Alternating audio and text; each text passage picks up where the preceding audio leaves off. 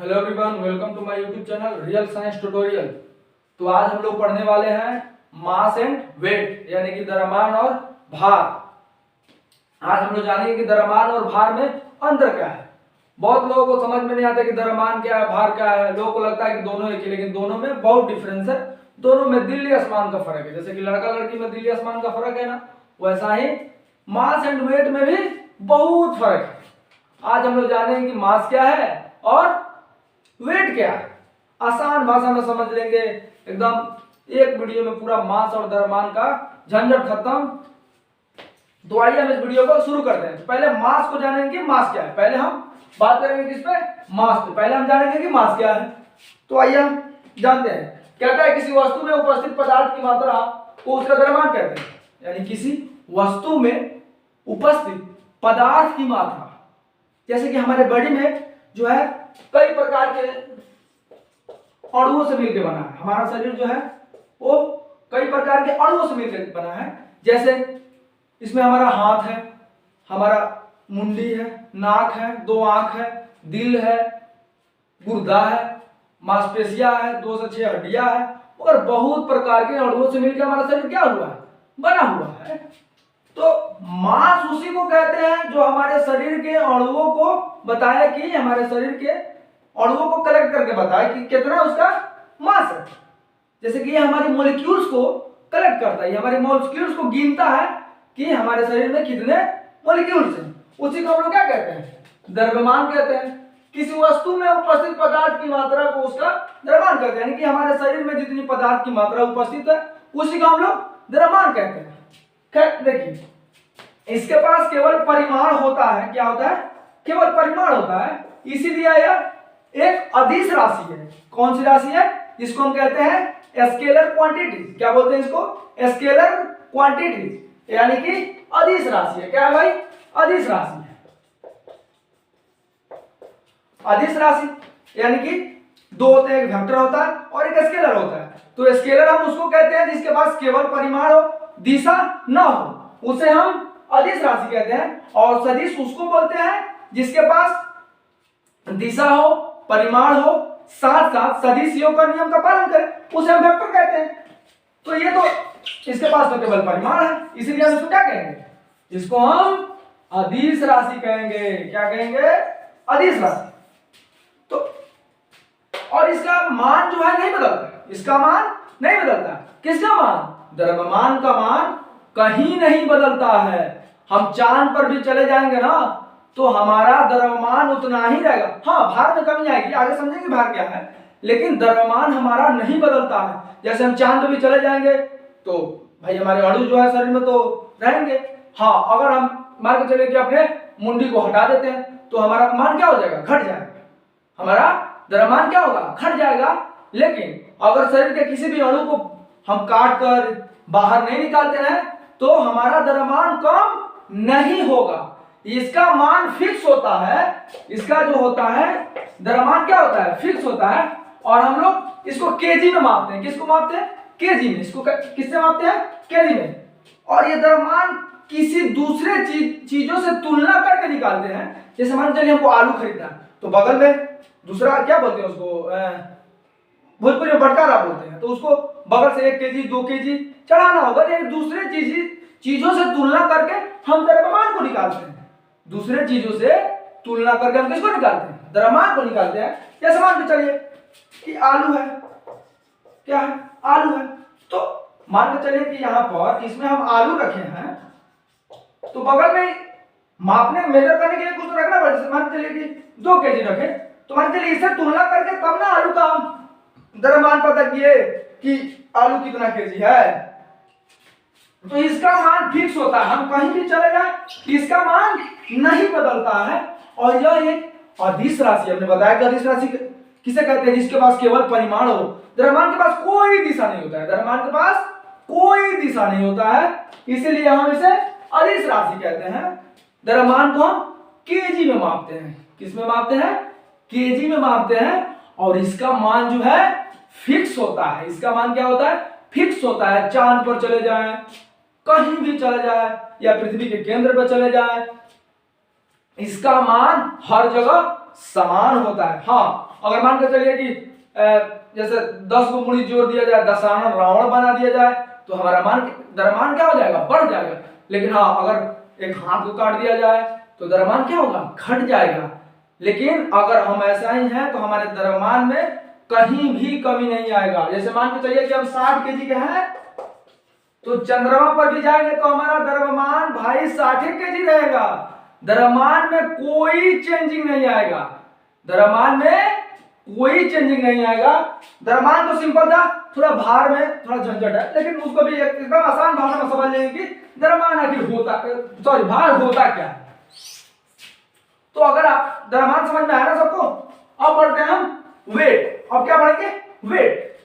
अब क्या पढ़ेंगे, वेट। देखिए वेट जो है एक प्रकार का बल है। वो क्या है, एक प्रकार का बल है, एक प्रकार का फोर्स है, एक प्रकार का फोर्स है। जैसे कहता है पृथ्वी किसी वस्तु को जिस बल से केंद्र की ओर खींचती है उस वस्तु का उसका भार कहते हैं। कहता है पृथ्वी किसी वस्तु को जिस बल से अपने तरफ खींचती है उस वस्तु का उसका क्या कहते हैं, भार कहते हैं। क्या कहते हैं, भार। तो सबसे पहले जानेंगे कि यह तो एक प्रकार का बल है। पृथ्वी गुरुत्वाकर्षण बल के कारण अपनी तरफ खींचती है, किसी वस्तु को खींचती है गुरुत्वाकर्षण बल के कारण। और तो कहता है पृथ्वी किसी वस्तु को जिस भार से अपनी तरफ खींचती है, सॉरी जिस बल से अपनी तरफ खींचती है उस वस्तु को उसे क्या कहते हैं, भार कहते हैं। तो देखिए ये भार का मान जो है ना हर जगह बदलते रहता है। भार का मान फिक्स नहीं होता, भार का मान फिक्स नहीं होता। देखिए जैसे फोर्स का फॉर्मूला हम जानते हैं, F बराबर होता है m, F बराबर m, यानी कि F बराबर m। तो A जो है ये इसको बोलते हैं एक्सेलरेशन, क्या बोलते हैं, यानी त्वरण। तो ये हम यहाँ पर F बराबर mg इसलिए लिखते हैं क्योंकि किसी भी चीज की दिशा अगर ऊपर से नीचे होती है तो उसको हम छोटा जी से डिनोट करते हैं। किससे डिनोट करते हैं, छोटा जी से। तो ये बराबर क्या हुआ, mg हुआ। तो हम W बराबर भी mg लिख सकते हैं, W बराबर भी mg लिख सकते हैं। g का मतलब होता है गुरुत्वीय त्वरण, g का मतलब क्या होता है, गुरुत्वीय त्वरण, यानी कहते हैं एक्सेलरेशन ड्यू टू ग्रेविटी। देखिए अगर हमको मास पता रहेगा ना, अगर हमको मास पता रहेगा तो हम भार आसानी से निकाल सकते हैं। हाँ, अब भार हर जगह बदलते रहता है, जैसे केंद्र पर जाएंगे तो भार 0 हो जाएगा, लेकिन द्रव्यमान में कोई कमी नहीं आएगी, द्रव्यमान में कोई कमी नहीं आएगी। हम वैक्यूम में चले जाएंगे, अंतरिक्ष में चले जाएंगे, मान इसका 0 हो जाएगा। किसका मान 0 हो जाएगा, वेट का, भार। जैसे जैसे ऊपर जाते हैं हमारे वेट में कमी आता है, द्रव्यमान में कोई कमी नहीं आता। द्रव्यमान कोई बदलता ही नहीं। हाँ, द्रव्यमान को बदल, जब अपने हाथ को काटे या किसी भी शरीर के एक अंग को क्या करे, काट दे, हटा दे, तो हमारे द्रव्यमान में क्या आएगा, चेंजिंग आएगा। लेकिन भार का मान जो है बदलते रहता है, भार का मान बदलते रहता है। जैसे हम ऊपर जाएंगे हमारा भार क्या होगा, घटते जाएगा। कभी कभी क्या होता है कि हम जैसे लिफ्ट में जाते हैं तो कभी हमारा शरीर जो है हल्का प्रतीत होता है, तो भार में कमी आता है। किस में कमी आता है, भार में। जैसे कि मान के चलिए कि पृथ्वी है और इसका यहाँ केंद्र है, तो यहाँ पर आएंगे तो इसका भार 0 होगा। क्या 0 होगा, भार, न कि द्रव्यमान। भार 0 होगा इसका। किसका 0, क्या 0 होगा, भार 0 होता है, द्रव्यमान 0 नहीं होता। द्रव्यमान कभी भी 0 नहीं होता, उसका मान क्या होता है, फिक्स होता है। जैसे कि हम 60 केजी है तो चंद्रमा पर भी जाएंगे तो 60 केजी रहेंगे, और पृथ्वी के केंद्र पर भी जाएंगे तो 60 केजी रहेंगे, बॉम्बे चले गए तो 60 केजी रहेंगे, कहीं भी जाएंगे तो 60 केजी ही रहेंगे। अब आइए मान के चलिए कि हमको अगर मान के चलिए हमको निकालना है कि मेरा अगर वेट सॉरी अगर मेरा द्रव्यमान 60 केजी है तो मेरा भार कितना। अगर पूछ दे कोई कि मेरा, मान के चलिए कि मेरा द्रव्यमान जो है 60 केजी है तो भार कितना होगा, क्या, भार। तो ये वेट W से क्या है, वेट होता है, और फॉर्मूला क्या है, W बराबर mg।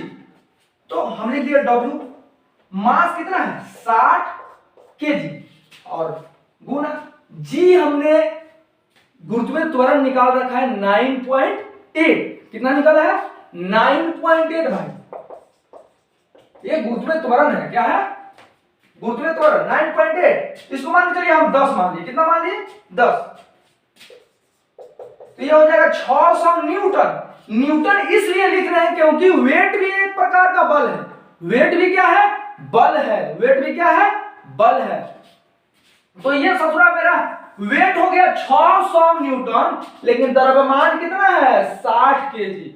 द्रव्यमान कितना है? 60 केजी। और वेट कितना हो गया? 600 न्यूटन। कितना न्यूटन? 600 न्यूटन। तो हमारे चलिए इसका हर जगह मान बदलते रहता है।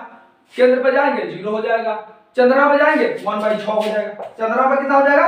1/6 हो जाएगा। इसका हर जगह मान बदलते रहता है। किसका? भार का। ध्यान से, द्रव्यमान का जो मान है वो फिक्स्ड होता है। क्या होता है? फिक्स्ड होता है। क्या होता है? फिक्स्ड होता है। उसका मान नहीं बदलता। द्रव्यमान का मान कहीं नहीं बदलता। हाँ, भार का मान बदलता है। भार का मान बदलता है।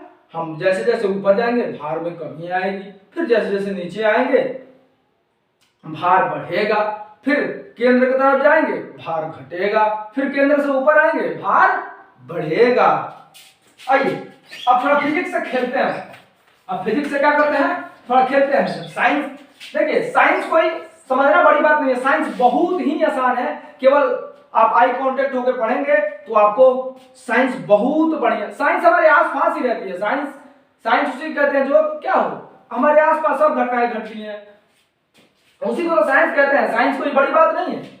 अब आइए हम जैसे मान के चलिए कि आलू लिए, का लिए भाई आलू, इसका द्रव्यमान है 5 केजी। चावल लिए, इसका द्रव्यमान है 10 केजी। मान के चलिए गेहूं लिए 10 केजी, इसका द्रव्यमान है 6 केजी। अगर कहता है कि आलू, चावल और गेहूं का आप भार निकालिए, क्या निकालिए? भार निकालिए, तो क्या नहीं निकाल सकते? अरे भाई फॉर्मूला यहां पर है ना, W बराबर mg। मास हमको दे रखा है कितना भाई? 5 केजी गुने ग्रेविटी हमने बता रखा है 9.8। अगर इसको हम 10 मान सकते हैं तो कितना हो गया? 50 न्यूटन। कितना हो गया? 50। इसको निकालेंगे कितना हो जाएगा? 100 न्यूटन। इसको निकालेंगे कितना हो जाएगा? 60 न्यूटन। तो आपके मन में एक सवाल आता होगा कि हम जाते हैं दुकान पे तो वो कहता है कि वेट, किसका बात करता है? वेट का। कहता है कि आप कहते हैं कोई भी सामान हमको, जैसे मान के चलिए कि गेहूं को हम मेजर कराते हैं तो कहता है कि आपका इतना वेट है, इतना वेट है। हालांकि उसका वेट नहीं रहता, क्या द्रव्यमान रहता है। उसको वेट में बदलने के लिए हम ये फॉर्मूला का यूज करेंगे। इसका यूज करेंगे ये फॉर्मूला, तो उसका वेट नहीं रहता। तो फिर मन में सवाल आता होगा कि वो काहे कहता है कि वेट? तो इसलिए कहता है क्योंकि उसको वेट निकालने में क्या हो जाएगा? अगर आपको मास पता नहीं है तो आप वेट नहीं निकाल सकते। इसीलिए दुकानदार आपको केजी में ही तौल के देता है। अगर आपको द्रव्यमान पता नहीं है तो आप क्या वेट नहीं निकाल सकते। आइए थोड़ा और फिजिक्स से खेलते हैं। आइए थोड़ा और आगे चलते हैं। मान के चलिए किसी औरत का, किसी महिला का भार 1200 न्यूटन है। कितना? 1200 न्यूटन है। तो इसका द्रव्यमान कितना होगा? तो इसका द्रव्यमान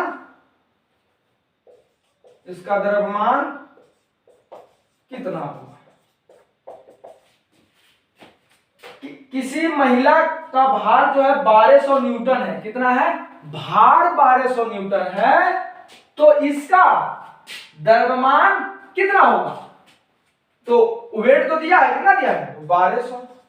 वेट कितना दिया है? एम हमको मालूम नहीं है, जी मान लेते हैं 10 है। 1 0 से 1 0 खत्म, यानी 120। यानी इसका द्रव्यमान कितना है? 120 केजी। इसका मान कितना आ गया? 120 केजी। तो इसीलिए हमको दुकानदार जो है केजी में ही सामान देता है। कहता है कि जाकर तुम 10 से गुना कर लेना, अपना भार निकाल लेना। सब लोग अपना अपना भार निकाल, देखिए तो कितना सबका भार आ रहा है। तो इसका मान जो है भार का मान बदलते रहता है, लेकिन द्रव्यमान का मान नहीं बदलता। तो आप लोगों को समझ में आया भार और द्रव्यमान में अंतर? आई होप आप लोगों को बहुत बढ़िया से समझ आया होगा, क्योंकि इतना बढ़िया से हमने समझा दिया कि छोटा बच्चा भी समझ जाएगा। देखिए एक बार और समझा दूं, द्रव्यमान किसे कहते हैं? किसी वस्तु में उपस्थित पदार्थ की मात्रा को उसका द्रव्यमान कहते हैं, यानी कि हमारे बॉडी में जो मॉलिक्यूल्स हैं उसी को क्या करता है? गिनता है। अब भार देते हैं, पृथ्वी किसी वस्तु को जिस बल से अपने अपने केंद्र की ओर खींचती है उसे क्या कहते हैं? भार कहते हैं। तो आई होप आप लोगों को समझ में आया होगा। तो इसके पहले भी मैंने कई वीडियो बनाए, जैसे आर्किमिडीज है, पृष्ठ तनाव है, जाके आप लोग देखिए, बहुत अच्छा वीडियो है। अगर ये वीडियो अच्छा लगे तो लाइक करें और चैनल को सब्सक्राइब करें। आपके लिए आगे भी इससे अच्छा वीडियो लेके आता रहूंगा। तब तक लिए जय हिंद।